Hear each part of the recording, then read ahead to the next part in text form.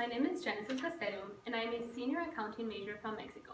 I am doing my Capstone research project on the path to becoming a Fortune 500 CEO. I have been looking into the education and career path of the Fortune 500 CEOs. Every year, the Fortune magazine publishes the ranking of the 500 largest U.S. corporations based on revenue.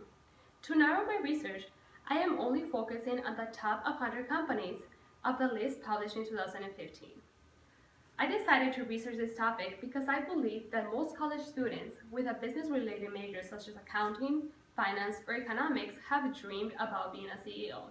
Therefore, I believe that everyone whose goal is to be a CEO sometime in the future will be interested in this research.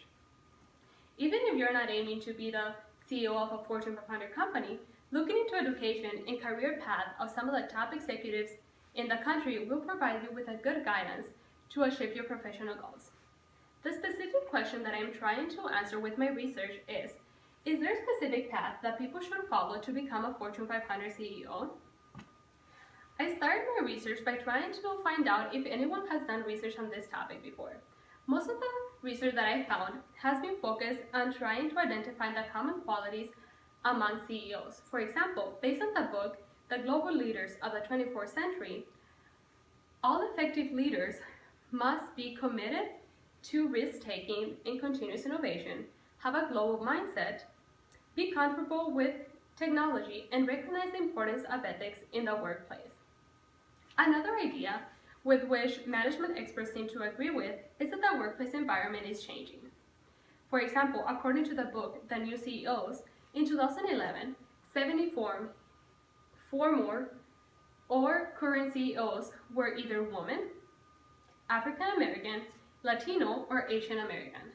Although this research has helped me identify the qualities that a chief executive officer must possess, I am trying to focus my research more on the technical side and identify the specific career path and education that most CEOs follow instead of their personal characteristics. I was able to find a research conducted in 2010 by two professors of the University of Finland in Ohio.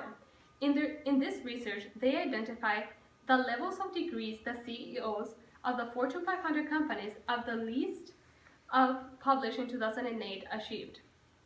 This research had a very similar purpose to mine. However, I am planning to extend my research more by not only identifying the education of the CEOs, but also determining how their education influenced their success. After exploring the existing research on my topic, I identified the companies that I am using to conduct my research. I got the top 100 companies from the Fortune magazine website. Next, I found the biographies for all 100 CEOs by visiting each one of the company's websites. From these biographies, I was able to gather data regarding the CEO's career path within the company and their education. After gathering enough raw data, I was able to start analyzing. The first analysis I did was trying to identify what is the most common undergraduate majors for CEOs.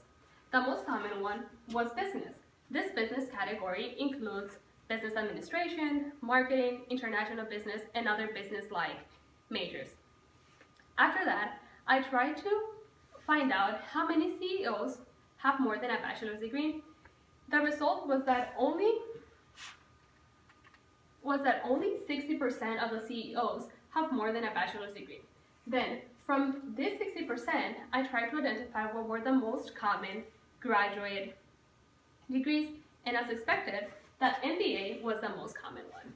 However, I noticed that a significant amount of CEOs have a law degree, which is reasonable considering that according to Peter Drucker, the founder of modern management, effective leaders must know as much about government as they do about business to be able to be successful.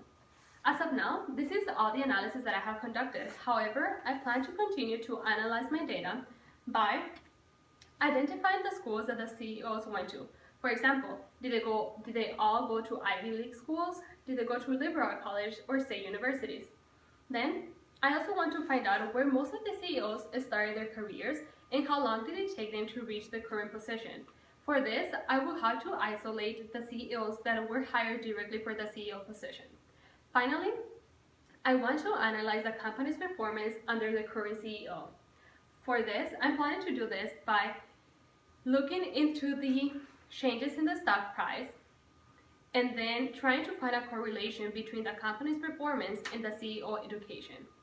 As of now, this is all that I have planned, so thank you for your attention.